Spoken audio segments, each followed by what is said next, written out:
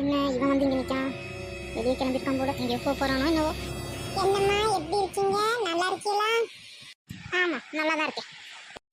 ஏம்மா என்னை பார்த்தோன்னு முகத்தை திருப்பிக்கிட்டியே? நான் பதில் கேள்வி கேட்டாலும் ஒரு மாதிரி பேசுறியே. ஆமாம், நீ பேச மாதிரி வேலையாக பண்ணி வச்சிருக்க. அன்னைக்கு ஒரு பிரியாணி தானே வாங்கி தர சொன்னேன், அதை வந்து காமிச்சு கொடுத்துட்டு போயிட்டால. பெரிய சண்டை உன்னால எங்கள் வீட்டில், தெரிஞ்சுக்க. நீங்கள் சொல்லியிருக்கலாம்லம்மா, வாங்கிட்டு வரும்போது யாருக்கும் தெரிய வேணாம்னு. நீங்கள் அப்படி சொல்லியிருந்தா நான் சொல்லவா போகிறேன்? எனக்கு என்ன தெரியும் நீங்கள் இப்படி திருட்டுத்தனமாக வாங்கி திங்குறீங்கன்னு. திருட்டுத்தனமாக வாங்கிட்டீங்கன்னா என்னெல்லாம் பேச்சு பேசுகிறா? ஏன் முன்னாடி நீ என்ன இந்த வார்த்தை பேசுறியா? இப்போ என் பின்னாடி என்னெல்லாம் சொல்லி கொடுப்பேன் என் மாவங்கிட்ட நீ? ஆமாம், எனக்கு இருக்க வேலைக்கு உங்களை பற்றி உங்கள் மாவங்கிட்ட சொல்லி கொடுக்குறதாம்மா வேலை. என்னம்மா பேசுறீங்க? சும்மா வாய் தவறி வந்துட்டு திருட்டுத்தனம்னு. அதுக்கு ஏன் இப்படி கோவப்படுறிய? உண்மையை தானே சொன்னேன், பொய்யா சொன்னேன்?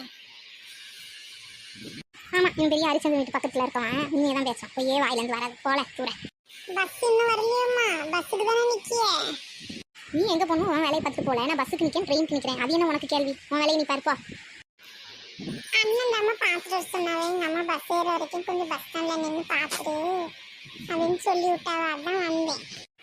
ஓ, உணவு பக்கம் வந்தியோ? அப்படி சொல்லு. அதானே பார்த்தேன், என்னடா வந்து பஸ் ஸ்டாண்டில் நின்றுட்டு இருக்கானே, அவனுக்கு இந்த வேலை இல்லையேன்னு பார்த்தேன். அவன் தான் சொல்லி விட்டானோ தோற. சரி சரி, எங்களுக்கு ஏறி போக தெரியும். நீ கிளம்பு, உன் வேலையை பார். போ நீ வீட்டுக்கு.